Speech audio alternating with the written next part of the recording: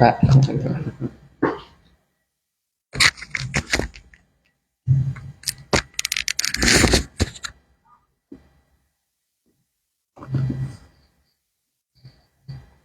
Bismillahirrahmanirrahim. Assalamualaikum warahmatullahi wabarakatuh. Alhamdulillahirabbil alamin. Lahun ni'matu wa lahul fadlu wa lahus sana'ul hasan. Salawatullahil barrir rahim wal malaikatil mukarrabin ala sayyidina Muhammadin thahal amin wa ala alihi wa ashabihi thayyibin at-tahirin. Allahumma la sahla illa ma ja'altahu sahlam wa anta taj'alul hazna ya hayyu ya qayyum idza syi'ta sahlam. Rabbi shrah li sadri wa yassir li amri wahlul 'uqdatam min lisani yafqahu qawli, amma ba'du. Kita bersyukur kepada Allah Subhanahu wa taala dengan sama-sama mengucapkan alhamdulillahi rabbil alamin. Berselawat kepada Nabi Muhammad sallallahu alaihi wasallam dengan melafazkan Allahumma salli ala sayyidina Muhammad wa ala ali sayyidina Muhammad. Yang sama-sama saya hormati segenap pengurus Masjid Raya Makarimul Akhlak Pertamina Hulu Rokan, Bapak Ibu jemaah salat fardhu maghrib dan isya yang Allah muliakan, serta adik-adik mahasiswa yang ada di STIE Syariah Bengkalis. Sebelumnya saya mengucapkan selamat tahun baru Islam 1446 Hijriyah atau Hijrah. Karena kita sering harus ucapin begitu Bapak. Siapa lagi kalau bukan kita yang mengucapkannya.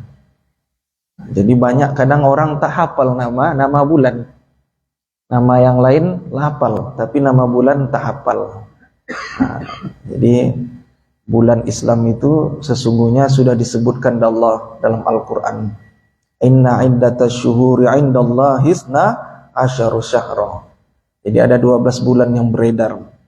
Muharram, Safar, Rabiul Awal, Rabiul Akhir dan seterusnya. Minha arba'atun hurum. Ada 4 bulan yang disebut dengan bulan haram, bulan yang dihormati. Zulqaidah, Zulhijjah, Al-Muharram, dan satu lagi bulan Rajab. Gitu. Sekarang kita sudah masuk tanggal berapa sekarang kalau Muharramnya? Kalau lembaga Falakiyah Nahdlatul Ulama, pengurus besar Nahdlatul Ulama menetapkan 1 Muharram malam Senin kemarin. Tepatnya malam tanggal 8 Juli. Sekarang malam Senin, berarti sudah malam ke-7 Muharram. Tapi ada yang sebelum itu malam Ahad dia sudah 1 Muharram. Tapi kalau lembaga Falakiyah PBNU, dia pas malam Ahad itu enggak nampak hilal. Maka dia genapkan Zulhijjah menjadi 30 hari. Maka malam 1 Muharramnya di tanggal 8 Juli. Begitu. Nah, di bulan Al-Muharram ini, apa sesungguhnya yang harus kita lakukan? Amalan-amalan yang kita lakukan banyak. Sebagai bekal kita untuk bisa menghidupi bulan-bulan haram, termasuk bulan Al-Muharram ini. Apa dia? Yang pertama, di bulan Al-Muharram ini, kita dianjurkan di sunnah muakkadah kan untuk berpuasa Pak. Makanya dalilnya umum. Apa kata Nabi?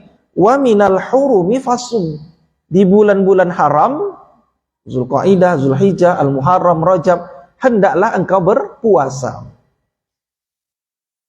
Bahkan Nabi SAW sebelum perintah puasa Ramadan itu diwajibkan, ya ayyuhalladzina amanu kutiba alaikumusiyam kama kutiba alal ladzina min qablikum la'allakum tattaqun.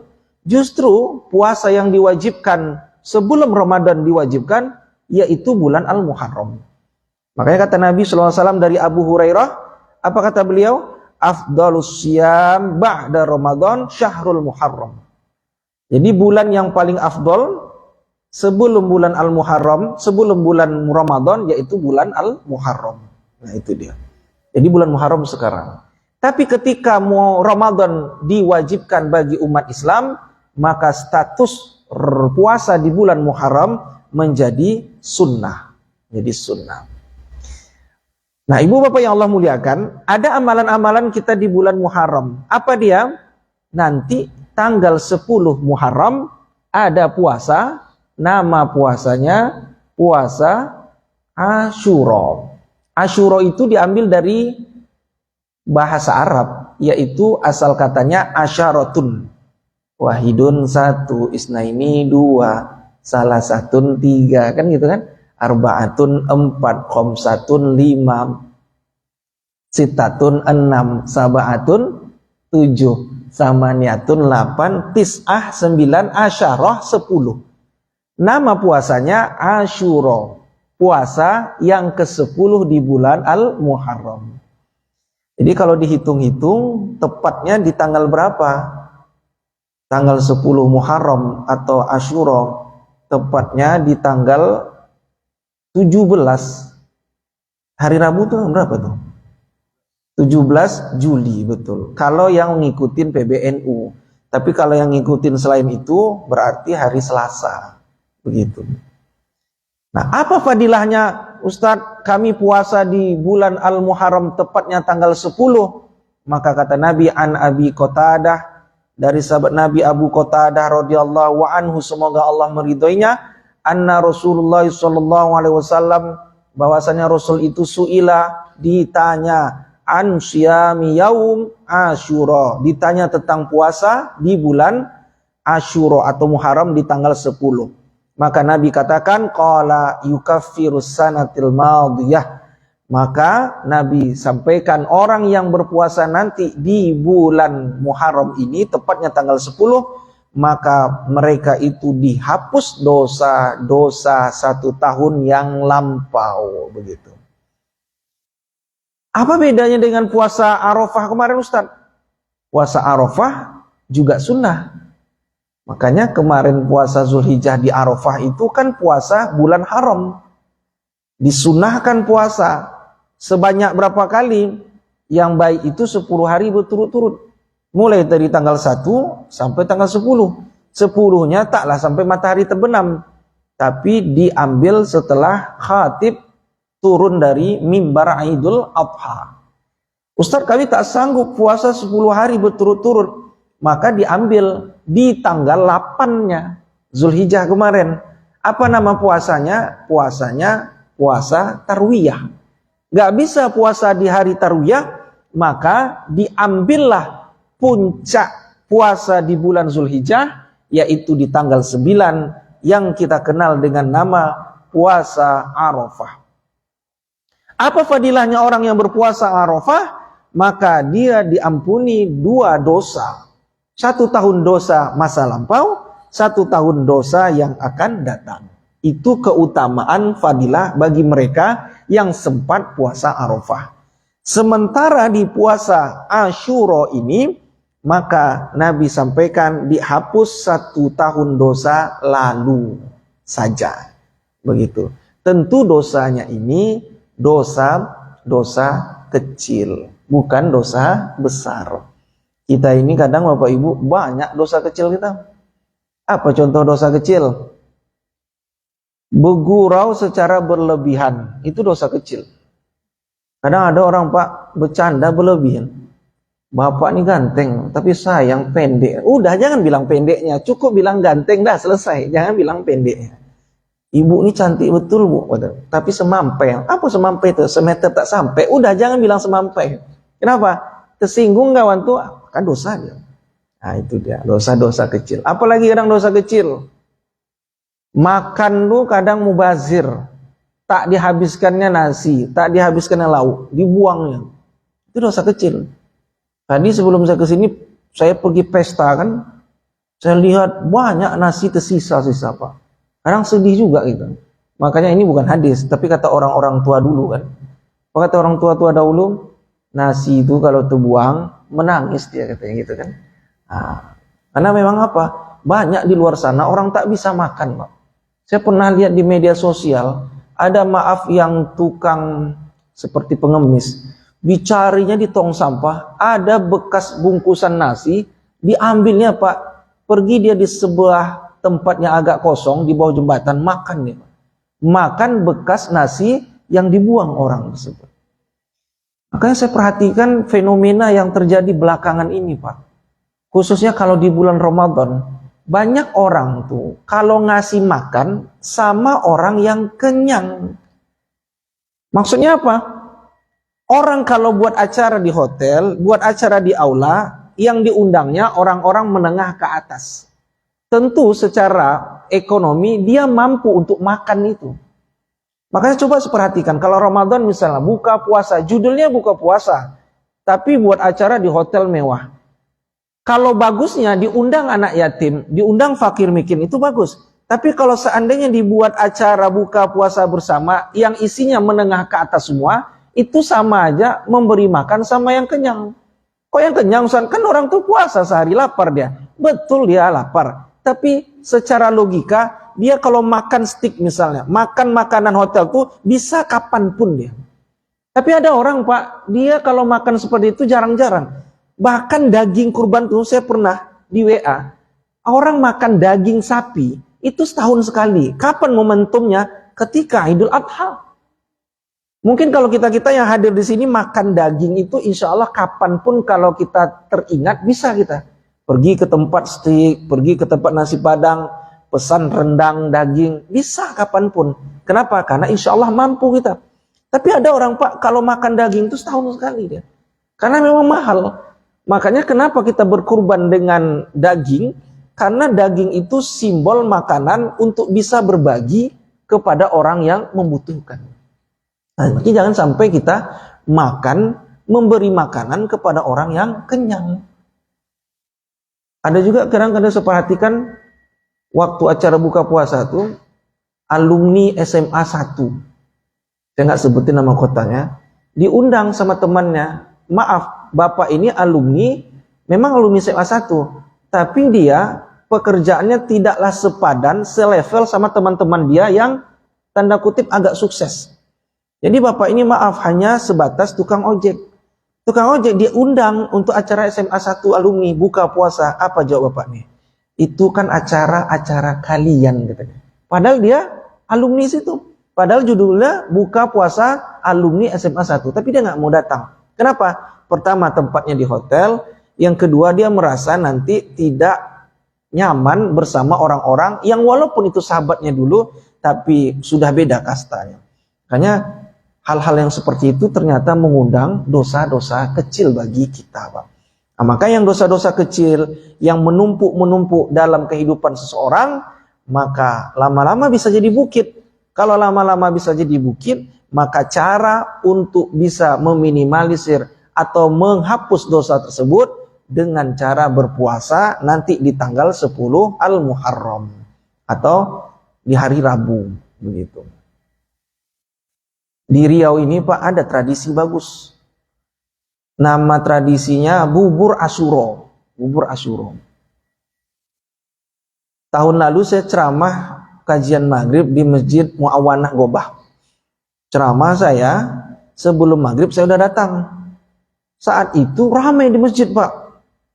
Lalu saya bilang sama pengurus, Pak pengurus, di masjidnya ada acara apa tadi? Lalu dibilangnya, Ustadz kami di sini tadi barusan buat acara bubur Asyura. Apa maksud bubur Asyura tuh? Oh ternyata dibilangnya kami itu Ustaz, karena satu hari ini sukses puasa di hari Asyura, maka kami buka puasanya pakai bubur. Oh saya bilang pakai bubur. Ada yang bawa bubur kacang hijau, ada yang bubur sumsum begitu. Bid'ah enggak itu Ustaz? Enggak. Mereka enggak salah. Kenapa enggak salah? Karena hadis Nabi itu umum. Apa kata Nabi? Berbuka puasalah engkau dengan yang manis-manis. Maka salah satu cara orang Riau Melayu ini puasanya, buka puasanya dengan yang manis, yaitu dengan bubur begitu. Tapi ada kadang bapak ini kami buka puasa dengan yang manis juga Ustaz. Terus gimana caranya Pak? Cukup pandang wajah istri kami yang manis tuh Ustaz. Alhamdulillah kami udah batal puasa. Manalah betul, tetap juga minum. Jangan pula pandang-pandang tak minum pula. Itu namanya belum membatalkan puasa namanya itu. Nah, jadi bagus banyak tradisi-tradisi di Riau ini. Baik. Sebelum Ramadan kemarin ada tradisi namanya tradisi mandi Balimau Kasai. Mandi Balimau Kasai. Tahu limau kan? Limau sama jeruk itu beda. Kalau limau itu bentuknya bulat. Kalau limau tuh, kalau jeruk tuh bulat. Kalau limau tuh kadang tak jelas, Pak. Kadang lancip, kadang lonjong, tak jelas lah. Diperas limaunya, dimasukkan ke dalam ember. Mandi dia. Maka disebut mandi Balimau Kasai. Kenapa disebut mandi Balimau, Ustaz? Karena mandinya pakai limau. Kalau mandi pakai sabun, mandi basabun namanya itu. Nah, jadi gitu. Tapi sekarang tradisi itu, Pak, sudah mulai bergeser di tengah masyarakat. Contohnya ada tuh di Bengkalis tuh, Ricky, dia bilang nih. Di Bengkalis itu orang mandi balimau, ditaburkannya limau di danau, di sungai, nyebur mereka rame-rame, buka aurat laki sama perempuan yang bukan muhrim. Ini tak betul. Kenapa? Karena sudah mulai bergeser dari substansi mandi balimau itu. Padahal mandi balimau yang sesungguhnya yang dilakukan oleh orang-orang tua dahulu, apa dia? Mereka ingin mensucikan diri mereka di saat mau menyambut bulan suci Ramadan. Kenapa? Karena mereka akan menghadapi tamu yang agung. Untuk mempersiapkan tamu yang agung bernama Ramadan ini, maka dia sucikan jasmani dan rohani mereka. Supaya di saat mereka menyambut bulan suci Ramadan, masuk di bulan suci Ramadan, mereka dalam keadaan bersih. Itu maksud substansi dari mandi balimau. Jangan jauh-jauh, di masjid ini ada acara kita kan. Datang misalnya direktur utama, datang pejabat. Pasti pengurus-pengurus masjid kita ini akan menyiapkan segala hal agar acara itu sukses karena dihadiri sama pejabat penting. Artinya ada persiapan matang bagi pengurus. Nah, ini bukan pejabat manusia, tapi ini yang datang adalah bulan suci Ramadan. Nah, itu ada. Nah, sebelum Ramadan. Syawal ada juga tradisi. Kalau di Pulau Bengkalis itu, di tempat Bu Nanda itu ada tradisi namanya baraan. Baraan itu mereka lebaran mengunjungi rumah tetangga secara rombongan, rame-rame. Jadi ada 10 orang misalnya bertetangga. Jadi 10 orang ini mampir satu persatu. Mampir satu persatu mengunjungi rumah saudaranya. 10 orang ini rame-rame, Pak. Pergi semua. Habis itu tetangga sebelah pergi lagi 10 orang yang sama. Itu kalau keluarga besar ramai itu bisa 3 hari 3 malam tuh, Pak. Mengunjungi acara itu. Jadi kalau satu rumah buat makanan, rumah kedua makanan, siap-siap lah tuh. Berat badan nambah nanti tuh. Nah, salah nggak yang dilakukan mereka itu? Nggak salah. Karena apa? Mangkana yu'minu billahi wal yaumil akhir falyasil rahimah. Jadi kalau beriman kepada Allah dan hari akhir, maka dia jalin silaturahmi. Begitu, ya, Pak Nandang. Atau ada di orang Kampar, ada tradisi di bulan Syawal.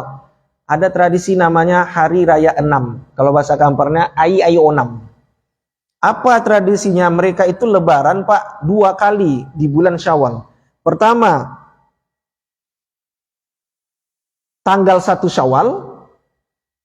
Yang kedua, tanggal 2, 3, 4, 5, 6, 7, 8 Syawal.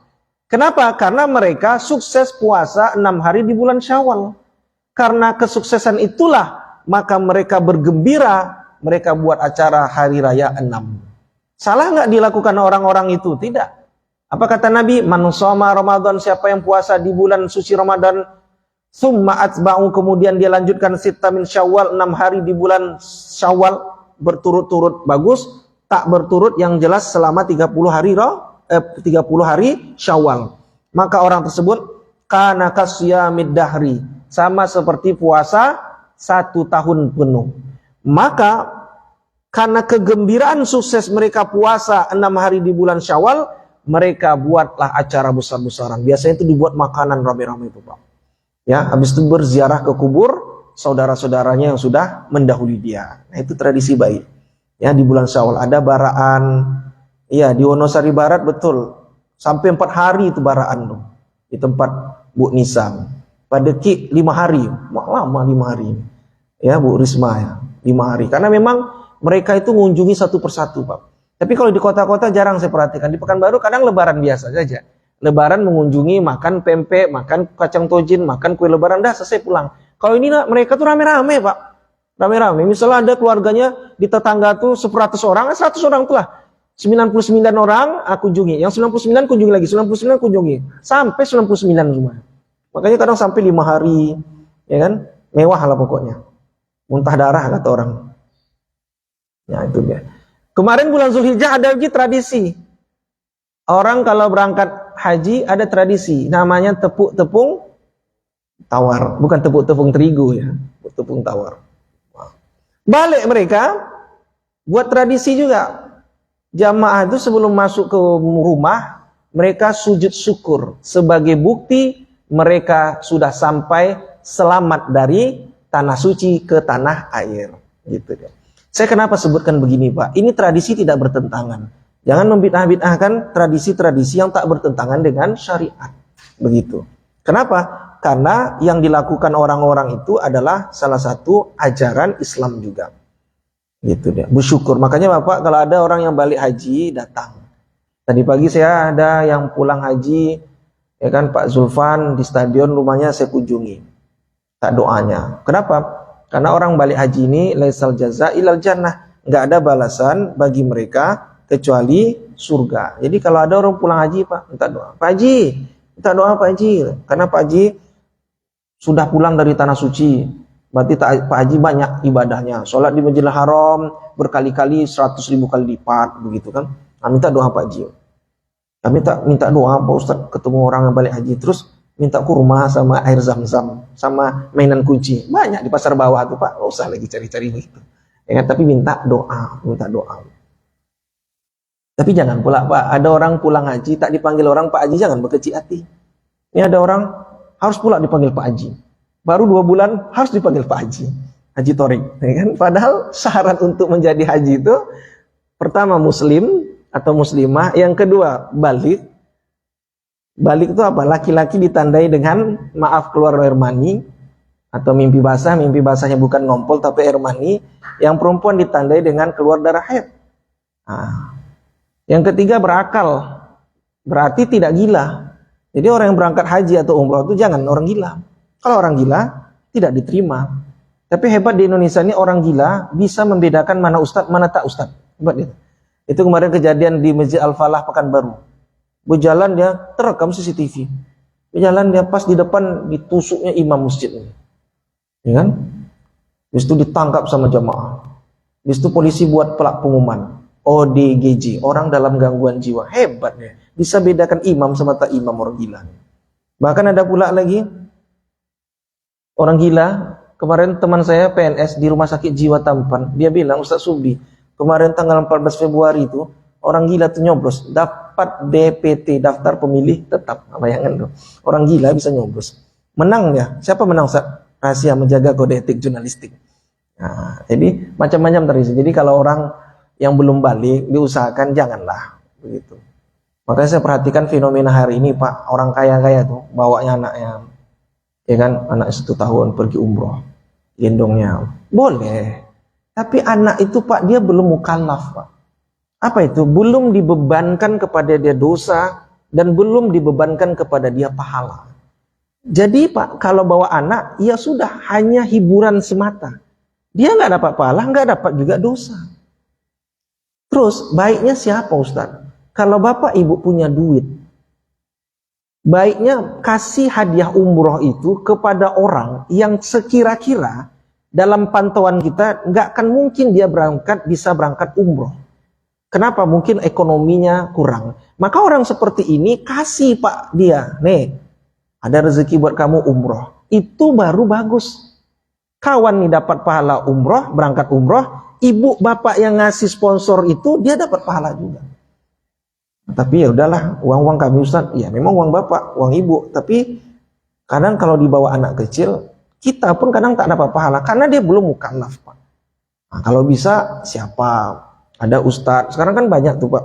Ya kan ada ustadz, ada siapa. Makanya Ustaz Adi Dayat tuh perhatikanlah. Kalau dia tabi akbar, ada anak hafal juz 30, udah balik dan nih, ya udah langsung dibilang mau berangkat umroh. Kasih satu lagi ya, orang tuanya siapa, ibu atau bapak? Oh ibu, udah berangkat.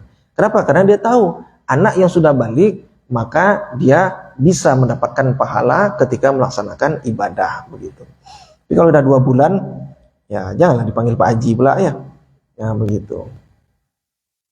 Ya Fitri, Haji Torik ya Pak ya. Iya Haji Torik. Nah Bapak Ibu yang Allah muliakan, nanti bulan Asyura atau sekarang bulan Muharram ini ada tradisi namanya bubur Asyura. Mereka buka puasa pakai bubur.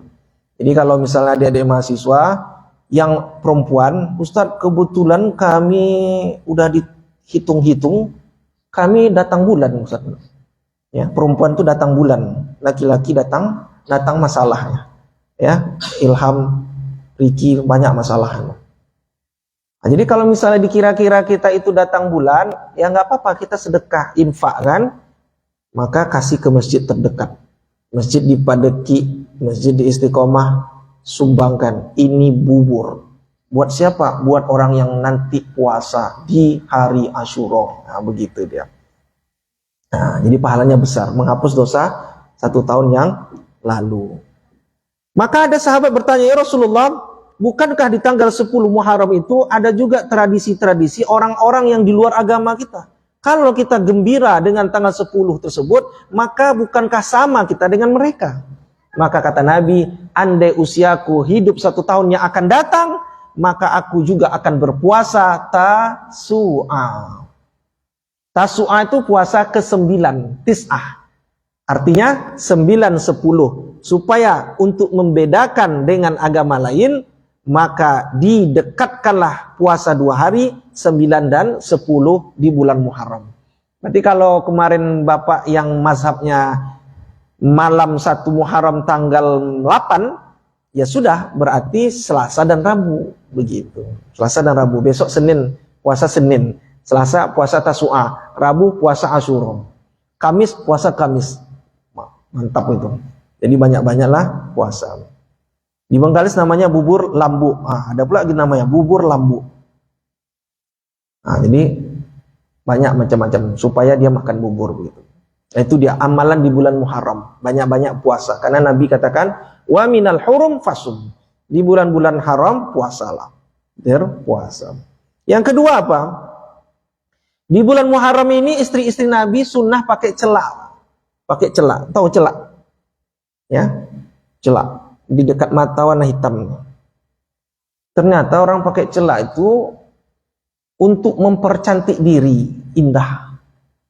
Orang pakai celak itu matanya tuh kelihatan besar, Pak. Mata kita ini kan PC itu hidung. Mata kita kan sipit kan. Pakai celak kelihatan besar. Kelihatan mantap lah begitu kan. Tapi ibu-ibu kalau pakai celak izin dululah sama suami. Jangan pula tak suami tak izin pula. Pakai celak dia malam tuh tiba-tiba suami jam 2 mau ke toilet, mau buang air kecil. Pas dilihatnya sebelah, terkejut dia. Siapa katanya? Lu punya istrinya pakai celak. Maka izinlah sama suami. Bang, bulan Muharram ini sunnah kata Ustaz Subli pakai celak. Ada izinnya bang ya pakai celak. Silahkan. Tapi cukup di rumah aja. Jangan pula keliling-keliling di komplek. Terkejut orang ini siapa nih katanya. Dari warga mana nih? Cukup di rumah saja. Nah, intinya adalah memperindah diri. Untuk istri kepada suami. Suami siapa? Suami dia, jangan suami tetangga pula. Nah, bagi yang sudah menikah. Yang belum menikah, sabarlah dulu ya. Pelan-pelan ada masa nanti. Nah itu dah, sunnah pakai celak. Kemudian apa lagi? Nah bagi bapak-bapak di bulan Muharram ini, disunnahkan menambah nafkah untuk istri. Menambah nafkah untuk istri. Jadi kalau misalnya bulan tahun 1445 Hijrah ngasih nafkah ke istri itu 2 juta per bulan misal, maka bulan Muharram tahun baru yang 1446 Hijrah ini tambahkanlah lagi. Kemarin 2 juta, tambahkan lagi 2 juta 10.000 misalnya kan nambah juga kan. Jadi tambah, penting ada penambahan. Kenapa? Karena setiap tahun itu siklusnya ekonomi itu kan semakin naik, maka untuk memberikan nafkah kepada istri juga naik juga begitu. Nah itu dia sunnahnya. Itu yang ketiga. Yang keempat apa? Yang keempat Perbanyaklah kalau ada orang sakit, kunjungi orang-orang sakit tersebut. Berarti Ustaz, kalau nggak bulan Muharram, nggak boleh juga kita kunjungi orang sakit. Kunjungi juga. Tapi momentum yang baiknya itu di bulan Al-Muharram. Saya pernah dapat ilmu dari teman-teman psikologi. Apa kata dia? Orang psikolog. Ustaz, kata dia, kalau ada orang sakit, lalu kita menjenguk dia, maka yang sakit ini Ustaz, dia ada semangat baru untuk sembuh. Ada harapan baru dia untuk sembuh karena dia dianggap sama orang-orang jamaah dia, majelis taklim dia, kantor dia di lingkungan tersebut. Makanya kalau ada orang dah sepekan, 7 hari sudah masuk rumah sakit, belum juga dikunjungi, dia itu semakin ciut, Pak. Ya Allah, kok nggak ada ya temanku yang datang. Tapi kalau kita datang, senang dia, Pak. Ada semangat baru dia. Kami itu di Yayasan Tabung Wakaf Umat, ada Bang Henry namanya. Dia hari-hari staf di YTWU, hari-hari juga bawa Ustadz Somad. Kemarin dia berapa bulan yang lalu jatuh dari tangga waktu nikahin kameramen Ustadz Abu Somad. Jatuh dia, Pak, dari tangga, langsung kena pinggulnya, ke lantai langsung. Habis itu dilarikan ke rumah sakit, dan setelah itu didiagnosa sama dokter dia patah tulang, kakinya kiri kanan. Ternyata Bang Hen ini 10 tahun yang lalu dia punya riwayat patah tulang, Pak. Apa riwayat patah tulangnya? Waktu itu Densus 88 pernah nangkap dia, salah tangkap ceritanya, salah tangkap. Habis karena dah ditangkap, dipukul, Pak. Pukul sampai patah tulang. Dirawat dia di rumah sakit Bayangkara itu. Habis itu tak ada minta maaf, dilepaskan tak ada minta maaf dia kan si polisi itu. Nah, waktu sakit baru-baru ini kembali lagi riwayat penyakit tulangnya begitu. Akhirnya kita satu persatu asatis mengunjungi dia, senang dia update status. Ustadz Abdul Somad pun baru balik dari umroh waktu itu, dari haji, langsung jenguk beliau. Senang dia, Pak, dia update status. Langsung direktur utama rumah sakit Awal Bros, dia kebetulan dirawat di rumah sakit Awal Bros kan, langsung dijenguk, Pak. Senang dia, Pak. Di WA-nya satu persatu kami. Perbaikan dia, kondisi dia terupdate. Alhamdulillah sekarang udah keluar dari rumah sakit, dia pakai tongkat, Pak. Nah, artinya betul, kalau teman kita, Pak, sakit, lalu kita menjenguk, maka ada semangat baru kita untuk bisa membuat teman ini sehat wal afiat, ya, Pak. Nah, itu dia. Jadi di bulan Muharram kalau ada teman kita, jamaah kita yang sakit, kunjungilah orang sakit tersebut. Supaya apa? Supaya dia merasa ada semangat baru untuk bisa melaksanakan aktivitas sehari-hari begitu. Nah, yang terakhir, apa amalan kita ketika di bulan Al-Muharram? Kalau ada yang meninggal dunia, maka di bulan Al-Muharram ini perbanyaklah berziarah di kubur orang tersebut. Berziarah atau bahasanya takziah. Kalau ada meninggal, bolehkah Ustaz kita mengumumkan orang meninggal? Apa salahnya?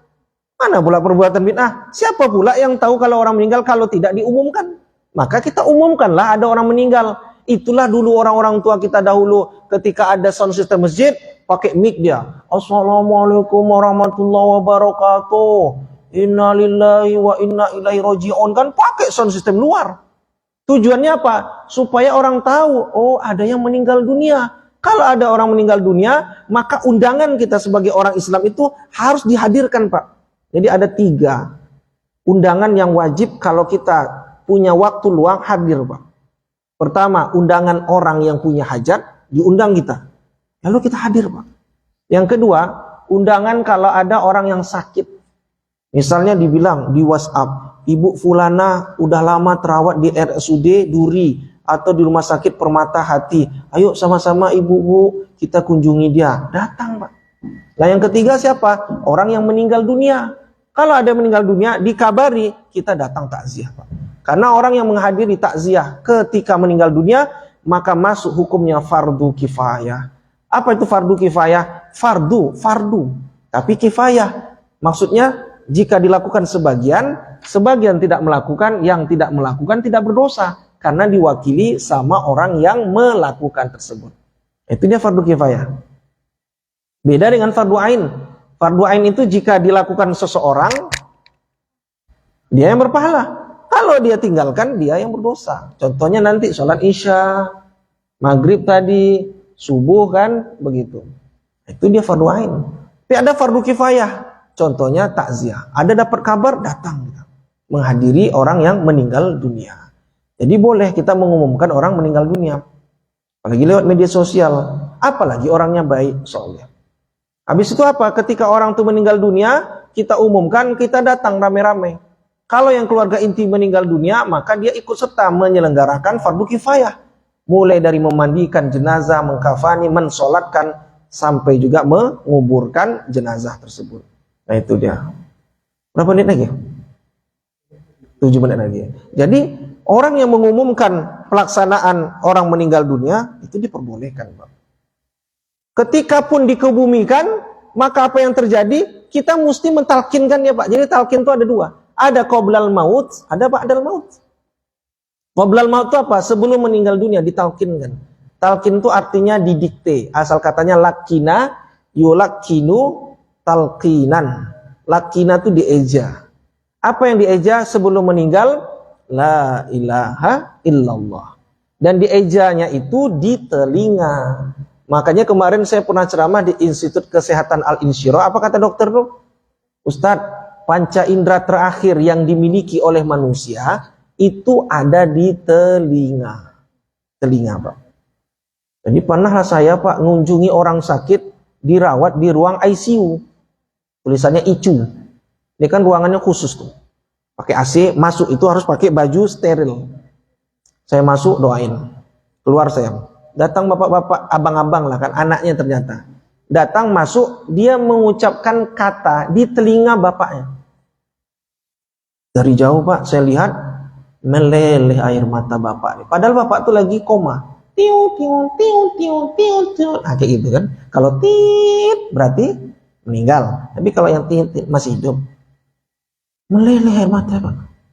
Keluar anaknya, saya tanya, Bang, abang ini tadi bilang apa di telinga bapak? Kenapa Pak Ustadz katanya? Tadi saya lihat dari kejauhan air mata bapak, ayah kamu, papa kamu, itu mengeluarkan air mata. Padahal dia lagi koma, matanya tertutup, terpicing. Oh begitu ya katanya.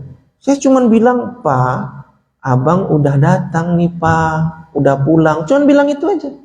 Ternyata anaknya nih kerja luar negeri. Dapat kabar ayahnya sakit, koma. Baliklah anaknya ini. Lalu dijenguknya, cuman bilang, Pak, abang udah pulang. Berarti ayahnya rindu kehadiran anaknya. Di mana dia bilang? Di telinga. Maka betul kata orang medis, panca indera terakhir manusia itu ada di telinga. Kalau dia koma, tak ada gerak-gerak, habiskan di telinga. Itu bagus. Tapi jangan pula nonton Indosiar. Indosiar orang koma, joget dia. Mama kamu kan hari-harinya suka joget di TikTok katanya. Coba joget dia, langsung siuman dia. Tak betul nama tuh. Janganlah ajak anak-anak dia nanti. Joget pula dia nanti kan. Jadi kalau ada orang yang mau sakaratul maut, ditalkin. Jangan joget-joget, ditalkin. Nah, talkin itu didikte. Ada yang kedua, ba'dal maut. Ba'dal maut itu apa? Setelah tanah itu ditinggikan. Maka jangan cepat-cepat meninggalkan kubur. Ngapain di sana? Talkin. Apa talkinnya? Baca doa. Al-Fatihah, Al-Baqarah 1-5, Al-Baqarah pertengahan yaitu ayat kursi, Al-Baqarah akhir dari lillahi ma fis samawati wa ma fil ardi wa in tubdu ma fi dan seterusnya sampai Rabbana wala tu'akhidna in nasina ma akhtana Rabbana wala tuhammilna ma la taqata lana bih wa'fu anna waghfir lana warhamna anta maulana fansurna 'alal qaumil kafir. Apa manfaatnya? Dalam hadis sahih disebutkan fa inna munkaran wa nakiran. Di saat itu malaikat munkar dan nakir, siapa dia? Malaikat yang menanya amalan si mayit. Saat itu dia berpegangan tangan dan dia katakan intolik bina, kita tinggalkan tempat ini karena sesungguhnya kita tidak akan bertanya kepada orang yang berada di alam barzah. Kenapa? Karena saudaranya di atas atau yang masih hidup sudah mentalkin si mayat ini. Apa maksudnya? Maksudnya adalah orang yang ditalkin, maka si mayat di malam pertama, malam kedua dan seterusnya terbebas dari pertanyaan mungkar dan nakir. Pertanyaan mungkar dan nakir ini memang di dunia udah tahu kita kisi-kisinya. Ya kan paling marrabbuka, wa manabiyuka, siapa Tuhanmu. Udah tahu lah ya. Tapi kalau orang munafik sama orang kafir walaupun udah tahu kisi-kisinya, nggak akan bisa dia jawab dulu. Kenapa? Mungkar dan nakir nanya. Ini bukan, kalau di dunia ada dosen penguji, mahasiswa kalau skripsi udah gemetar mahasiswa gitu. Nah, ini bukan dosen penguji. Tapi kalau saya kalau nguji mahasiswa udah paling pertanyaan saya, kenapa kamu buat judul ini? Ini dah. Kamu buat enggak kamu yang lain, yang buat orang lain atau joki? Saya Pak, ya udah. Kasih pertanyaan lain sama dosen lain. Buat pening kepala aja Pak, buat nanya mahasiswa. Kenapa begitu? Ujung-ujungnya dia enggak akanlah ditanya sama HRD, kamu judul skripsi kamu apa? Dapat nilai apa? Enggak akan ditanya. Paling pertanyaan yang lain lagi berputaran tentang perusahaan yang akan dia kerjakan. Nah, Bapak Ibu yang Allah muliakan, maka itulah di bulan Al-Muharram ini kalau ada orang meninggal dunia takziah dia. Malam pertama datang dia, malam kedua datang dia, bukan tradisi Hindu. Malam ketiga datang, malam ke-7 datang. Malam ke-40 datang. Malam ke-100 datang. 1 tahun nama lainnya haul. Itu datang. Nah, jadi bukan perbuatan lain. Kadang kita lucu Pak, ada orang melarang berdoa di kuburan.